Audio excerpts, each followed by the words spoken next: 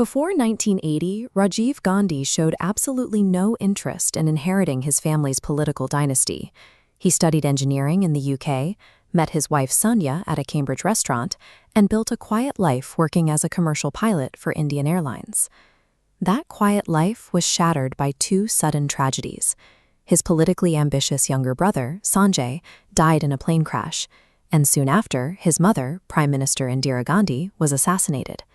Thrust into the resulting power vacuum to hold his party together, he became the youngest prime minister in India's history at just 40 years old.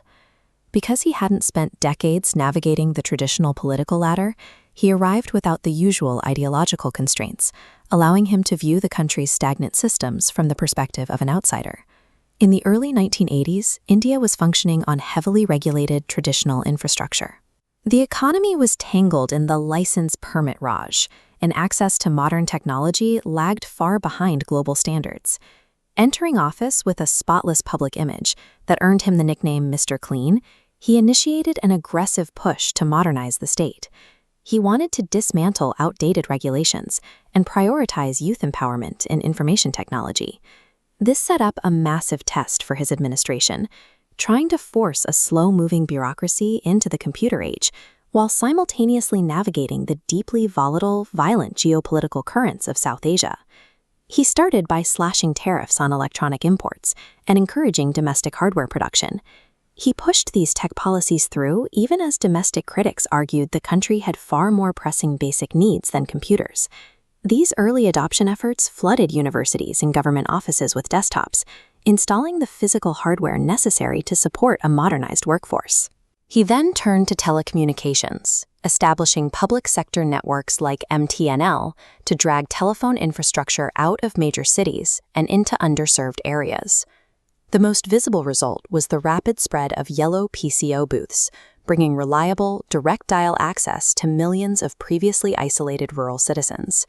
He paired this infrastructure push with aggressive democratic reforms.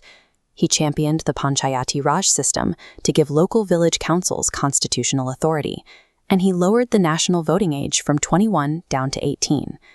By giving millions of young citizens the right to vote and the physical tools to communicate, he laid the irreversible groundwork for India's digital economy. Yet, while his domestic agenda looked toward a borderless, connected future, a complex and brutal civil war was tearing through neighboring Sri Lanka, right off India's southern coast. Fearing regional instability, Gandhi made the highly controversial decision in 1987 to sign a peace accord and deploy the Indian peacekeeping force across the strait. This placed thousands of Indian soldiers on foreign soil, with a strict mandate to enforce a fragile treaty and disarm local militant factions. The intervention alienated local populations and put the Indian military into direct, deadly conflict with the region's most prominent militant organization, the LTTE. By October 1990, the LTTE was deeply concerned that Gandhi might return to power and deploy the peacekeepers once again. At a meeting in Jaffna, their leader, Prabhakaran, explicitly ordered his assassination.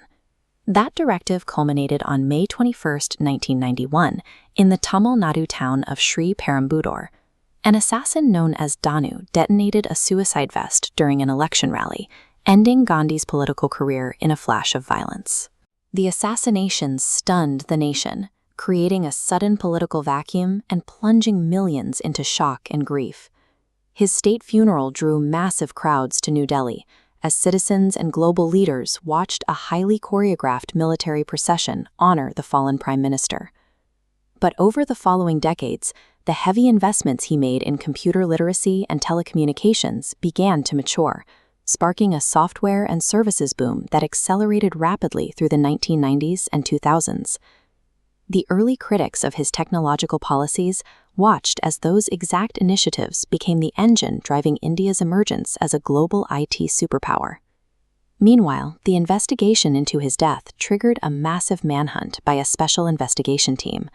By 1998, an anti-terrorism court handed down 26 death sentences for those involved in the plot. What followed was decades of complex legal battles, delayed mercy petitions, and interventions by the state government, which eventually saw those death sentences commuted to life imprisonment. the legal saga reached its conclusion in 2022.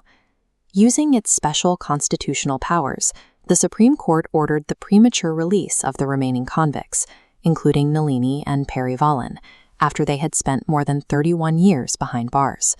It cemented a deeply paradoxical legacy.